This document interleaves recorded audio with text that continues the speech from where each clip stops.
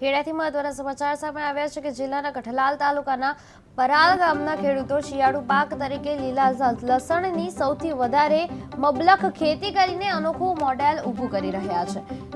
સેન્દ્રિય ખાતર છોડીને ગાય આધારિત પ્રાકૃતિક ખેતી અપનાવનાર ડાભી ડાયાભાઈ જેવા અનુભવી ખેડૂતોએ જમીનની ફળદ્રુપતા વધારી ઊંચો ઉતારો મેળવ્યો છે।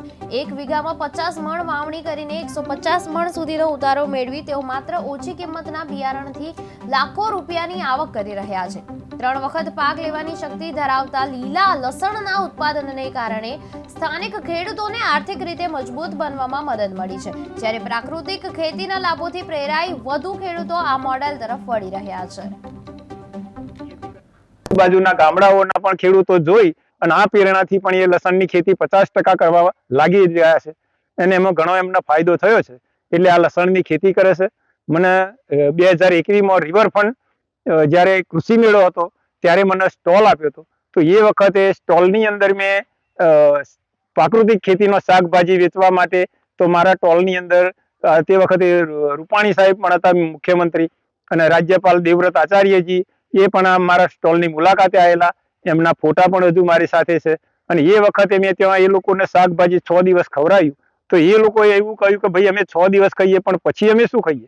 તો મેં એમને કહ્યું કે ભાઈ તમે મારા ઘરે લેવા આવશો તો હું તમને 100% પ્રાકૃતિક ખેતીની શાકભાજી ખવડાવીશ। મારા ગામની અંદર 60 ખેડૂતોનું ગ્રુપ બનાવ્યું છે, 60 ખેડૂતો પ્રાકૃતિક ખેતી કરી રહ્યા છે, અને અમે કોઈ લસણ વાવે, કોઈ રીંગણી વાવે, કોઈ મરચી વાવે, એવી રીતે અલગ અલગ જાતની પણ વેરાયટી કરીને અમે વાવીએ છીએ અને એના ઊંચા ભાવ લઈએ છીએ। તો અત્યારે ગાંધીનગરથી એ ગાડી આવે છે, અઠવાડિયામાં 2 વખત, દર મંગળવાર ને દર શુક્રવારે મારા ઘરેથી શાકભાજી લઈ જાય છે।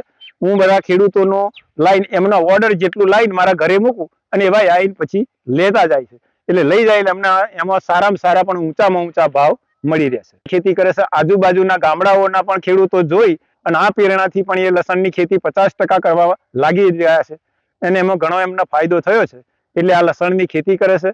મને 2021માં રિવરફ્રન્ટ જ્યારે કૃષિ મેળો હતો ત્યારે મને સ્ટોલ આપ્યો હતો, તો એ વખતે સ્ટોલની અંદર મેં